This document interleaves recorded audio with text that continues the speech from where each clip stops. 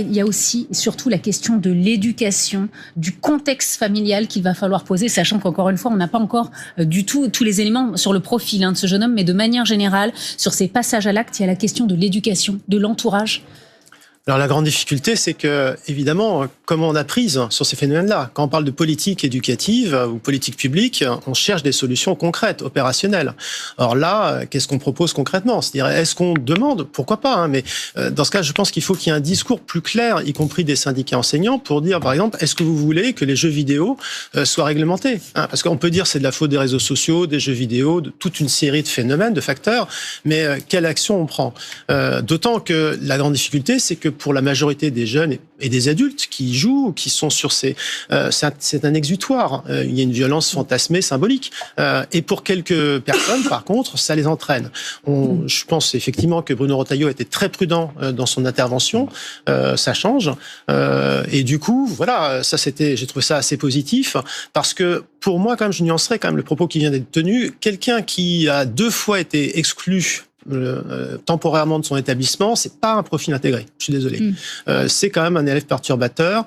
En plus, l'exclusion vient au bout d'un parcours. Oui. Il y a quand même plusieurs facteurs plusieurs éléments avant qu'on en arrive à l'exclusion d'un élève. Et dire l'équipe enseignante, on verra. C'est-à-dire, on peut très bien avoir une équipe enseignante qui se dit c'est mieux, être dans une logique, d'empathie, d'entraîner, cet élève s'est calmé un petit peu, etc.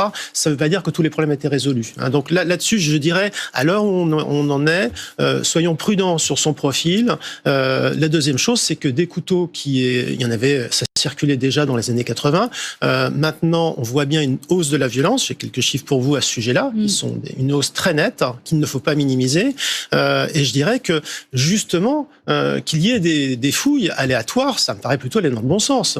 Qu'est-ce qu'on veut ? C'est-à-dire, moi, en tant qu'enseignant, parce que je suis professeur de lycée, je terminerai là-dessus, je préfère qu'il y ait une fouille aléatoire de gendarmes, parce que c'était des gendarmes devant mon établissement, et éviter qu'il y ait des élèves avec un couteau qui viennent dans mon cours, parce que ça fait très peur, il faut le dire.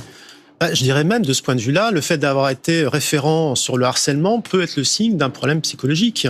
C'est peut-être une fascination pour des difficultés des autres. On demande à des collégiens, finalement des élèves très jeunes, de jouer un rôle qui n'est pas forcément le leur. On n'a pas de recul sur ce dispositif qui est peut-être, qui sur le principe me convient, soyons clairs. Mais est-ce que c'est le dispositif le plus efficace ? C'est une tâche peut-être trop lourde pour des jeunes qui sont en construction et qui sont eux-mêmes peut-être, avec des questionnements personnels, c'est ce que vous voulez dire ? C'est une question que je me pose. Par ailleurs, sur les chiffres, sur la violence en milieu scolaire, puisque le collègue policier nous expliquait cela, il faut bien voir qu'elle augmente fortement. On ne sait pas justement si c'est corrélé, parce que si c'est un acte comme celui de Nantes, la tuerie de Nantes, si c'est quelqu'un qui a un problème grave, on est sur une autre configuration. Mais en tout cas, globalement, vous aviez 13,4 incidents graves en 2011. On est passé à 20, c'est-à-dire c'est une augmentation de 50% en 12 ans. Alors bien sûr, les chiffres ont peut-être qu'on signale plus les problèmes, enfin c'est pas rien. En 1 an, ça a augmenté de 17%.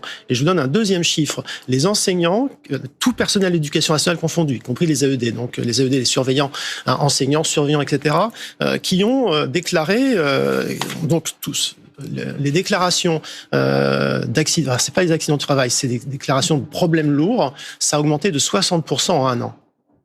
Donc on est face à une vague quand même, on est face à des professionnels qui se sentent en difficulté face à une multitude de problématiques.